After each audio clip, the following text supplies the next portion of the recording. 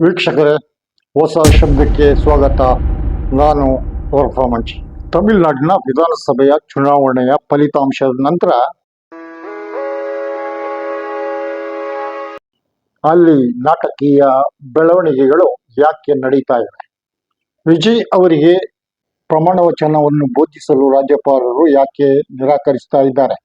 ವಿಜಯ್ ಅವರನ್ನು ಪೂರ್ಣ ಬಹುಮತದ ಸಹಿ ಹಾಕಿರುವ ಪತ್ರದೊಂದಿಗೆ ಬನ್ನಿ ಎಂದು ಯಾಕೆ ವಾಪಸ್ ಕಳಿಸ್ತಾ ಇದ್ದಾರೆ?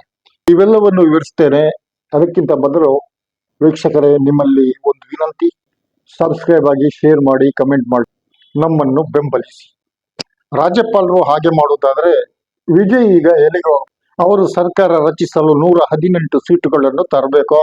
ರಾಜ್ಯಪಾಲರು ಬಹುಮತಕ್ಕೆ ಬೇಕಾದ 118 ಸೀಟುಗಳ ಪಟ್ಟಿಯನ್ನು ತನ್ನಿ ಎಂದು ವಾಪಸ್ ಕಳುಹಿಸಿದ್ದಾರಲ್ವಾ.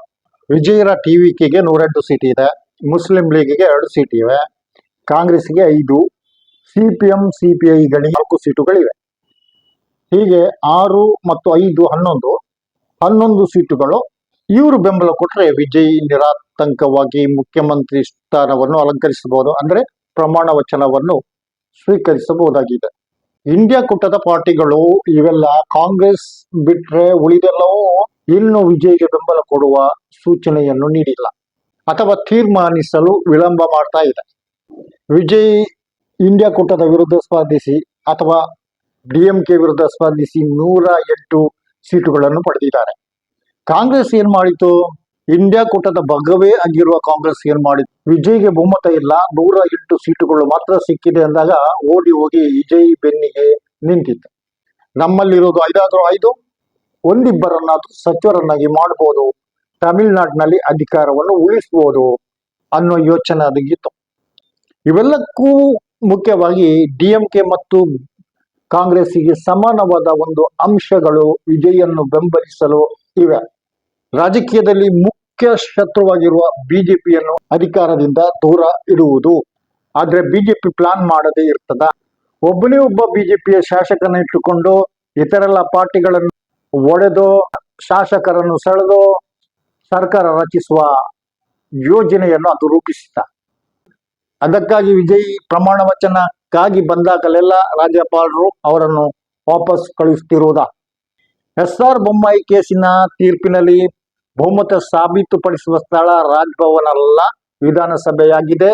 ಇದನ್ನು ಸೂಚಿಸಿ ರಾಜ್ಯಪಾಲರು ಈಗ ನಡೆದುಕೊಳ್ಳುವ ರೀತಿಯನ್ನು ಕಮಲ್ ಹಾಸನ್ ಪ್ರಶ್ನಿಸುತ್ತಿದ್ದಾರೆ. ನಟ ಪ್ರಕಾಶ್ ರೈ ಕೂಡ ವಿರೋಧಿಸ್ತಾ ಇದ್ದಾರೆ.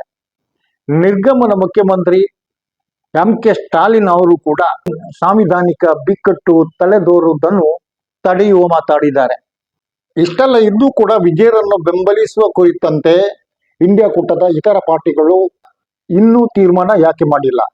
ಯಾಕಿಷ್ಟು ತಡವಾಗ್ತಾ ಇದೆ? ಸಿಪಿಎಂ ಸಿಪಿಐ IUML ತಲಾ 2 ಶಾಸಕರನ್ನು, ಅಂದ್ರೆ ಒಟ್ಟು ಶಾಸಕರನ್ನು ಹೊಂದಿದ್ದಾರೆ. ಕಾಂಗ್ರೆಸ್ ಕೂಡ ಸೇರಿದಂತೆ 11 ಮಂದಿ ಕೇವಲ ಬಹುಮತಕ್ಕೆ ಸಾಕಾಗುತ್ತೆ. ವಿಜಯ್ 2 ಕಡೆ ಗೆದ್ದಿದ್ದರಿಂದ 11 ಮಂದಿ ಇರುವುದು ಕೂಡ ಸರಿ ಹೋಯಿತು.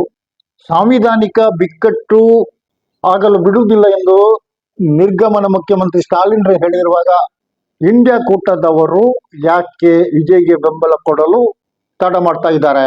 ವಿಜಯ್ ಅಧಿಕಾರಕ್ಕೆ ಬರದಂತೆ ತಡೆಯುವ ಯಾವ ಆಪ್ಷನ್ ಡಿಎಂಕೆ ಬಳಿಯೂ ಇಲ್ಲ, ಇಂಡಿಯಾ ಕೂಟದ ಬಳಿಯೂ ಇಲ್ಲ, ಕಾಂಗ್ರೆಸ್ನ ಬಳಿಯೂ ಇಲ್ಲ. ಈ ನಡುವೆ ಅಮಿತ್ ಶಾ ವಿಜಯ್ ಅವರನ್ನು ತಮ್ಮ ಬಳಕೆ ಸೆಳೆಯುವ ಮೊದಲೇ ವಿಜಯ್ ಹತ್ರ ಕಾಂಗ್ರೆಸ್ನ ಎಂಟ್ರಿ ಆಗಿದೆ. ಇದು ಡಿಎಂಕೆಗೆ ಗೊತ್ತಿಲ್ಲದೆ ಆಗಿದ್ದು. ಇಂಡಿಯಾ ಕೂಟಕ್ಕೆ ಇದನ್ನು ಹೇಳಿಲ್ಲ, ಕಾಂಗ್ರೆಸ್ ಹಾಗೆ ಹೋಗಿ ಬೆಂಬಲ ಕೊಟ್ಟಿದೆ ಎಂದು ಹೇಳುವಂತಿಲ್ಲ. ಇಂತಹದ್ದೊಂದು ಪ್ಲಾನ್ ಅನ್ನು ಕಾಂಗ್ರೆಸ್ ಮತ್ತು ಡಿಎಂಕೆ ಒಟ್ಟುಗೂಡಿಯೇ ಮಾಡಿವೆ. ಈಗಾಗಲೇ ಕಾಂಗ್ರೆಸ್ನ KC ವೇಣುಗೋಪಾಲ್ ಅವರು ತಮಿಳುನಾಡಿನ ನಿರ್ಧಾರದ ವಿಚಾರವನ್ನು ಅಲ್ಲಿನ ಕಾಂಗ್ರೆಸ್ಸಿಗರಿಗೆ ಬಿಟ್ಟಿದ್ದೇವೆ ಎಂದು ಹೇಳಿಯೂ ಆಗಿದೆ.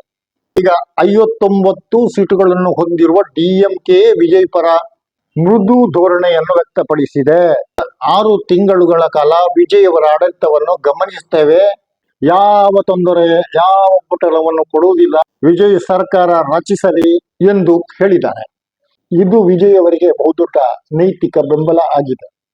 ಆದ್ದರಿಂದ ಬಿಜೆಪಿ ಅಣ್ಣಾ ಡಿಎಂಕೆಗಳಿಗೆ ಟಿವಿಕೆ ವಿರುದ್ಧ ತಂತ್ರ ನಡೆಸುವುದು ಅಷ್ಟು ಸುಲಭ ಆಗದು. ಸ್ಟಾಲಿನ್ ವಿಜಯ್ ಪರ ಹೇಳಿದ ಮಾತುಗಳಲ್ಲಿ ತಮ್ಮ ಯೋಜನೆಗಳ ಮುಂದುವರಿಕೆಗೆ ಅವರು ಆಗ್ರಹಿಸಿದ್ದಾರೆ.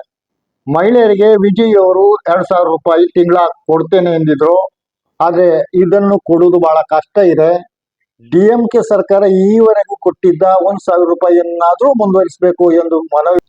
ತಮ್ಮ ಸರ್ಕಾರದ ಶಾಲಾ ಮಕ್ಕಳ ಉಚಿತ ಉಪಹಾರ ಯೋಜನೆಯನ್ನು ಕೈಬಿಡಬಾರದು. ಕೆಳಂಜರ್ ಮಹಿಳಾ ಹಕ್ಕು ಇತ್ಯಾದಿ ಯೋಜನೆಗಳನ್ನು ಹೊಸ ಸರ್ಕಾರ ಮುಂದುವರಿಸಬೇಕೆಂದು ನಿರೀಕ್ಷಿಸುತ್ತೇನೆ ಎಂದು ಸ್ಟಾಲಿನ್ ವಿನಯಪೂರ್ವಕವಾಗಿ ಹೇಳಿದ್ದಾರೆ. ವಿಜಯರಂತಹ ಮುಖ್ಯಮಂತ್ರಿ ಸ್ಥಾನದ ಹೊಸ ಮುಖಕ್ಕೆ ಆಶೀರ್ವದಿಸುವ ರೀತಿಯ ಮಾತುಗಳಿವು. ನೋಡಿ ವೀಕ್ಷಕರೇ, ಇಲ್ಲಿ ಮತ್ತೊಂದು ಗಮನಿಸಬೇಕಾದ ಅಂಶ ಇದೆ. ಒಂದು ವೇಳೆ ಕಾಂಗ್ರೆಸ್ ವಿಜಯ್ ಜೊತೆ ಹೋಗದಿರ್ತಿದ್ರೆ ಇಷ್ಟರಲ್ಲಿ ವಿಜಯ್ ಮುಖ್ಯಮಂತ್ರಿಯಾಗಿ ಪ್ರಮಾಣ ವಚನ ಸ್ವೀಕರಿಸಿರಬಹುದಾಗಿತ್ತು. ರಾಜ್ಯಪಾಲರನ್ನು ಹಿಡಿದು ಏನೆಲ್ಲ ಕಿತಾಪತಿ ನಡೆಯುತ್ತಿರುವ ವೇಳೆಯಲ್ಲೇ ಸ್ಟಾಲಿನ್ ಅವರು ವಿಜಯ್ ಅವರ ಪರ ಎಂಬಂತೆ 6 ತಿಂಗಳು ನೋಡುತ್ತೇವೆ ಎನ್ನುವಂತಹ ಮೃದು ಧೋರಣೆ ತಳೆದದ್ದು ಖಂಡಿತ.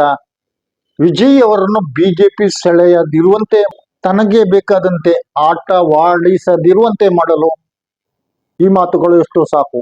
ವೀಕ್ಷಕರೇ, ಈ ಹೊತ್ತಿನ ವಿಶ್ಲೇಷಣೆ ಇಷ್ಟೇ. ಇನ್ನೊಂದು ಕಾರ್ಯಕ್ರಮದೊಂದಿಗೆ ಇನ್ನೊಮ್ಮೆ ನಿಮ್ಮ ಮುಂದೆ ಬರ್ತೇನೆ. ನಾನು RFM ಜಿ. ಸಬ್ಸ್ಕ್ರೈಬ್ ಆಗಿ, ಶೇರ್ ಮಾಡಿ, ಕಮೆಂಟ್ ಮಾಡಿ. ಜೈ ಹಿಂದ್.